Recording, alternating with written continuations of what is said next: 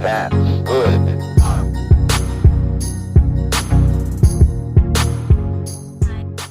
Hey guys, welcome to my channel. I hope that you're doing well. If you're new here, then welcome to my channel, and if you're a subscriber and you've seen my face before, then welcome back. I thought it would be useful if I answered some questions that I think might help you guys if you're looking to get on the property ladder.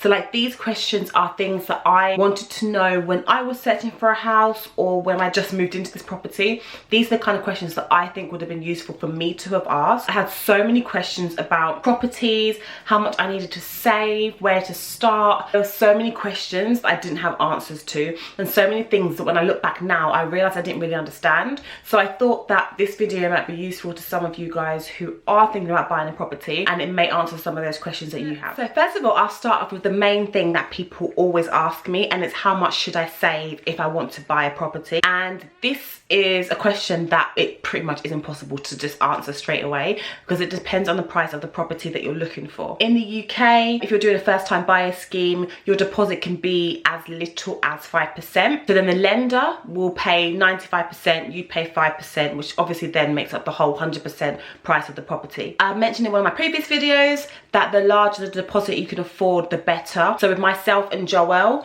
I think I can't remember how much the percentage was. We didn't do a first time buyer scheme because he'd already done a first time buyer scheme with his flat, so we weren't eligible to do it again, even though I was purchasing my first property. Joel wasn't. So our deposit, the minimum was 10%, and I think what we tried to do was save up a lot more so that we could increase our deposit, and increasing your deposit will then decrease your monthly mortgage payments, which was the case for us. In terms of finding out how much your property is going to cost, another thing you can do, which is what we did when we were searching for properties, we looked on websites like Zoopla and Rightmove. I know that we use those in the UK. I'm not sure about the US or anywhere else, I'm sorry. We looked on these websites for properties in the areas that we were interested in and the kind of property that we wanted. Once we found an area that met our criteria, we started to zone in a little bit and look at properties in that area, and we could kind of get a gist for the prices that we were looking at. 3-bedroom house would cost, for example, say 300 and something thousand pounds,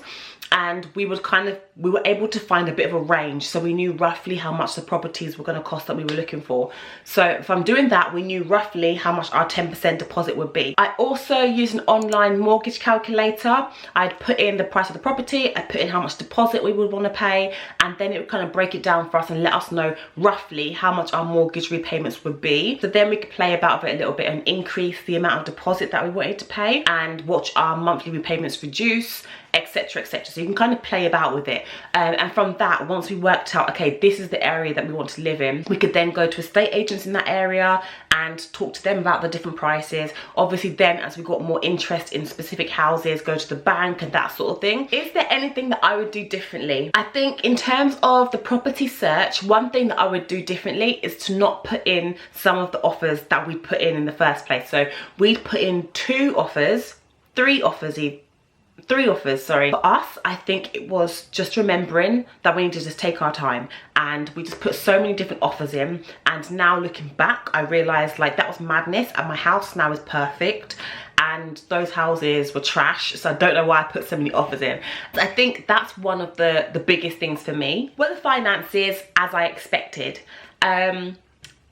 Me and Joel, luckily, budgeted very, very well, and because Joel had owned a property before living in his house with me, we sat down a lot and went through the bills that we think we'll need to pay, how much we think those bills will be based on how much they were for his flat, and just increasing them, looking online and working out how much things would be for our particular area. We over budgeted, so we calculated how much our bills would be, we rounded them up, and now I realise that we're in the property, we actually did budget very, very well, and the way we calculated what we thought our bills would be is actually very close to what they are. So if I was to give you any advice, I would say when you're budgeting and thinking about how much your gas is going to be, your water, your electric, your council tax, all of that sort of thing, round it up and over budget. So speaking of money and budgeting, how much do I pay? I think somebody might have asked me this already. With my mortgage and my bills and everything, I think it's near £1,000 a month, somewhere around there.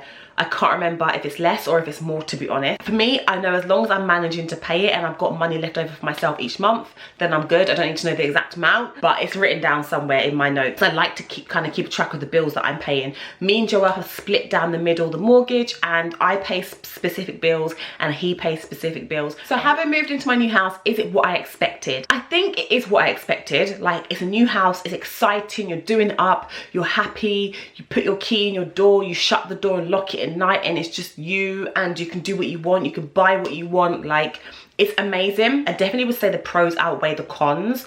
The cons are like some financial things, and like sometimes you'll have things go wrong that you'll need to fix, and sometimes you'll have someone come in and do something like painting, for example, and they'll notice something that's wrong and you have to fix that, and you own it. It's like, you own it, you need to get it fixed.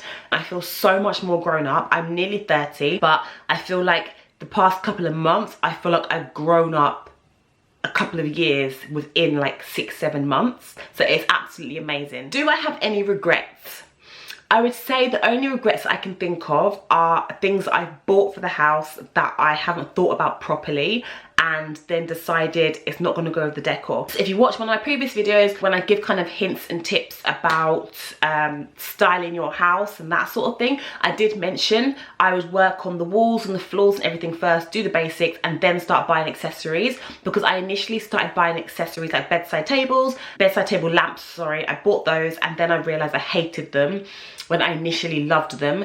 So yeah, I think my main regrets are in terms of purchases that I've made since we've been in the house, and I wish we'd have taken our time, or I would have taken my time, or that Joel could have reined my spending in a little bit, so that I didn't end up not liking them down the line. Did I face any obstacles during my house hunt, and like what difficulties did I have during hunting for a house? One of the main difficulties was trying to find a decent location. I was trying to find somewhere between where he lived in London and where I initially lived outside of London, trying to find somewhere kind of halfway, but that would also allow him to get into London quite easily for work. We found a lot of properties that we went to view looked completely different to how they were portrayed online. A lot of them were grimy as hell, I'm not even gonna lie. Like, some people don't clean the property before you go to view it. When they edit the pictures online, some of the properties looked immaculate, they were beautiful. You get there, they've got a hole in the roof, they have mold on the walls, they smelt so bad, some of them. A lot of them cosmetically weren't how I expected, and I know that that's not the most important thing when you're looking for property, but it's, you know, when you walk in, you kind of get a feel for if you want to live there or not. And when you walk into somewhere that's really dirty, you kind of instantly are put off, and it's hard. I don't have much of like a vision for things, so if I walk into a property that doesn't look very nice, I can't vision how it would look once I've done it up and once all of their furniture is out. I find that really, really difficult. So guys, I hope this video was useful. These are some of the things that I think you guys might find useful if you're looking for a property. Like, now is a good time for me to share my experiences, my thoughts, and the knowledge that I've gained with you guys. So I hope that it was useful, and I'll see you in my next video. Bye.